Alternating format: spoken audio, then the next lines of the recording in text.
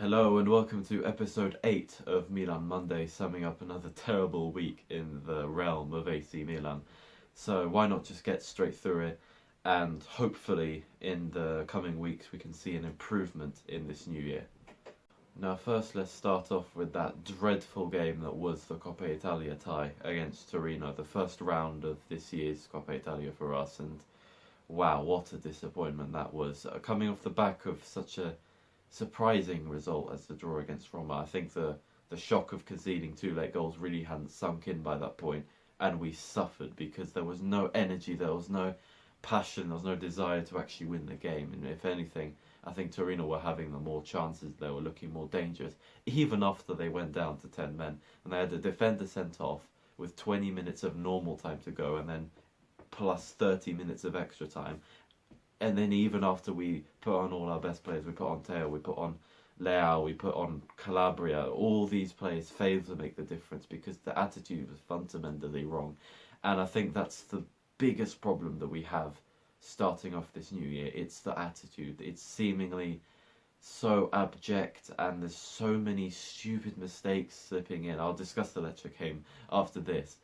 But there's like the defense is shoddy as ever. It's been a long time since I've trusted in this defense so little, and even in attack, it's just like we very rarely make the right decisions. Some players are too hesitant to take a shot when they should. Some players, like Leao in that Torino game, would shoot from 30 meters out and it would go into rosette every single time. There was no cohesion, and there was no actual brains behind anything that anyone was doing. It was so clueless, and frankly we deserved to be knocked out of that cup. I think Torino deserved to go through. They were playing better even after they went down to 10 men. They were still, looking for a goal when they could, because frankly we weren't, and if we did have a chance we always squandered it. It was just an awful game to watch, like one of the biggest wastes of 2 hours in my life. And yeah, so you'd hope that we would conjure up some sort of response in the game against Lecce. No. Now this game against Lecce was crucial in many, many ways, because Napoli had just the last night spanked Juventus 5-1 in a absolutely incredible game that it's really demonstrated how much better Napoli have been than us this season. They just look so much more entertaining, so much more vibrant, so much more confident. It looks like they actually want to win the Scudetto. We're just, trundling along. We're lucky to scrape victories at times, and we have nothing reliable about us except for maybe Leao. He always seems to provide something, but then again, that's no surprise considering his ability. But in terms of a team, we're not really doing anything special. Napoli are, and frankly, if Napoli don't win this season's Scudetto, I don't know when they ever will. The last time they won was when Maradona was there, and well, he's now resting in heaven. So if they don't win it this season, what the hell are you doing, Napoli? Seriously, you have such a head start on everyone else. It would seriously be the biggest bottle job to let it go now, to us, to anyone, basically. Anyway, back to the Lecce game. It was crucial for that reason. We needed to show that we were in the Scudetto race. And yeah, we didn't. We conceded after 3 minutes in what must have been the most calamitous goal I've seen us concede in a while. Just Kalulu with a complete brain fart of a... I don't even know if I can call it a pass. Straight to the Lecce player, who then crosses it in, and then Teo comes in out of nowhere to score an own goal, because that's how it has to go. And we soon concede the second, just a very cheap header that was nothing remarkable. And talking about nothing remarkable, Tatarusanu, I'm really starting to lose my patience for him. He has his moments, he makes his good saves here and there, but he really just isn't good enough, and we're really, really missing Magnon. Not only in terms of ability, but in terms of leadership.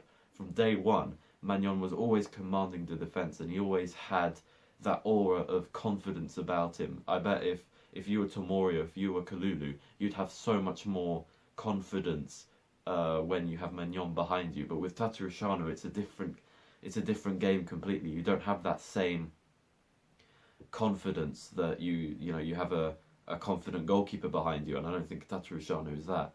And if anything, the Vasquez guy that we've signed recently as a backup goalkeeper, why not put him in? If Tatarusanu continues to perform poorly, well then what is there to lose?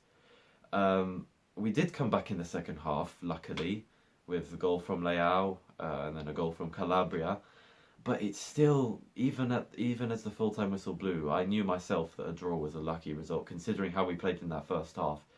I don't think I've known a performance that bad from us since we lost to Atalanta 5-0 at the end of 2019. Luckily, I was on holiday; I couldn't watch that, so I was so thankful for that. But that must have been the worst performance from us since then. It screamed of just utter laziness and just dejection, and it was so painful to watch.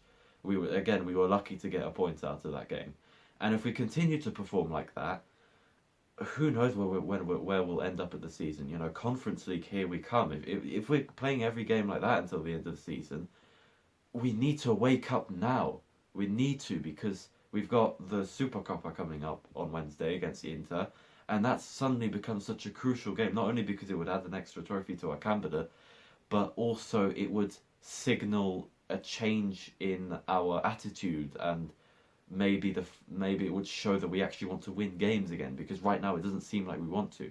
How come we came back from 2-0 down to get to 2-2 with 20 minutes left, and Lecce, disappointed that they didn't manage to hold on to their lead, and we weren't able to punish them. In fact, we barely had any chances after that.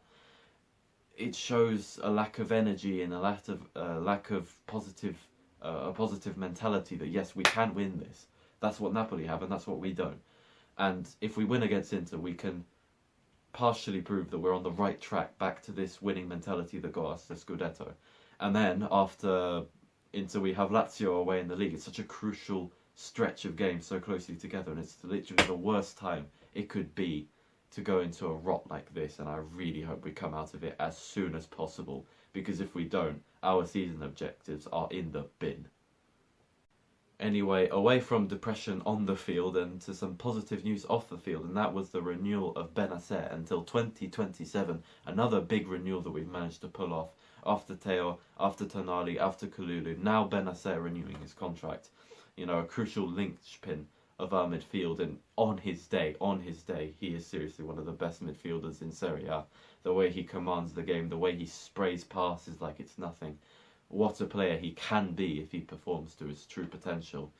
And so that's why I'm so glad to say that he's renewed with Milan until 2027 on a wage that's not even that bad. For €4.5 million a year, that's our wage ceiling. So we haven't even had to break the wage ceiling to tie him down to a new contract, and he seems happy to stay, which is great news.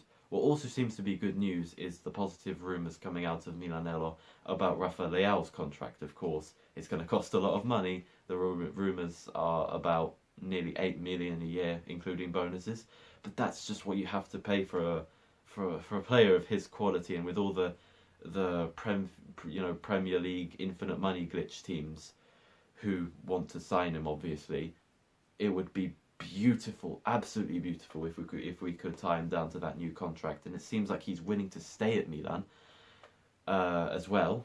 And it just small details need to be worked out, like the fine. I think the fine with Sporting still hasn't been worked out, and maybe some other bonuses here and there.